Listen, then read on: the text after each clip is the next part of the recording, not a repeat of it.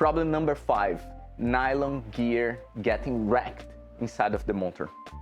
If you are not using the gears of the bike accordingly, or the chain ring's too big, or it's always in relation to how you ride the bike, you can have a problem with the nylon gear inside the motor. So the nylon gear is inside of this cover here. Have to undo the strip bolts, you can pop up the nylon gear. The nylon gear is made out of nylon because it requires less lubrication.